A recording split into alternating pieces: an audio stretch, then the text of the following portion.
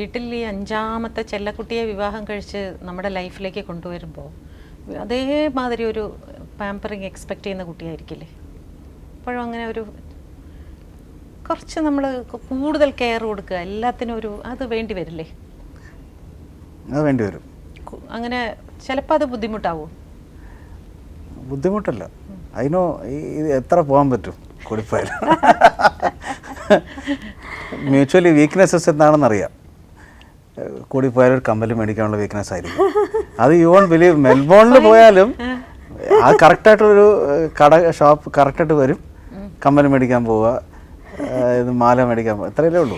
എവിടെ ഈ കൃഷ്ണൻ നിനക്ക് കമ്മലിൽ ആരോ വിഷം മലേഷ്യ ചെന്നാലും ഏത് ഫോറിൻ കൺട്രി ചെന്നാലും ഇന്ത്യയിലാണ് കമ്മൽ ഭ്രാന്തി. പക്ഷെ ഞാൻ സ്വർണ്ണമല്ലല്ലോ ചോദിക്കുന്നത്.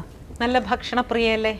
തീർച്ചയായിട്ടും. അതിനൊരു പാട്ട് തന്നെയുണ്ട്, മറ്റേ ചിദംബരനാഥ മാഷിന്റെ இசைஞானம் அமைவது இறையருளாலே நாம் இசை பாடி மகிழ்வது குருவருளாலே திசை தோறும் இசை முழங்கும் நல்லுழைப்பாலே நல்ல திறமைக்கு பாராட்டு ரசிகர்களாலே இசை ஞானம் அமைவது இறையருளாலே ஸ்ருதியோடு சேர்ந்து சாப்பாடு என்றும் தவறாமல் கிடைத்திடும் சாப்பாடு.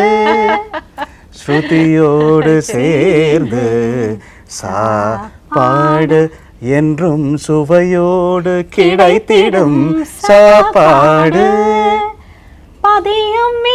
மொழி புரிந்து நீ பாடு, மனதில் பதியும் விதம் மொழி புரிந்து நீ பாடு. பலரது இசையிலும் நல்லதை தேடு, ഇസൈஞാനം അമൈവത്.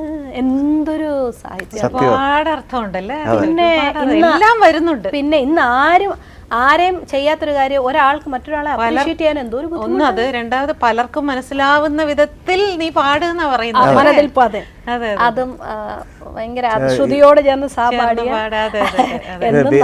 ചിദംബരനാഥൻ കേശാദിപാദം അദ്ദേഹത്തിന്റെ തന്നെ കോമ്പസിഷൻ ആണത്. വളരെ കുട്ടിയായിരിക്കുമ്പോ അദ്ദേഹത്തെ പരിചയപ്പെട്ടിട്ടുണ്ട്. ഞങ്ങളുടെ ശരിക്കും പറഞ്ഞ ഒരു one of the God father ആണ്. അദ്ദേഹത്തിന്റെ ഒരു പ്രോത്സാഹനം ഞങ്ങൾക്ക്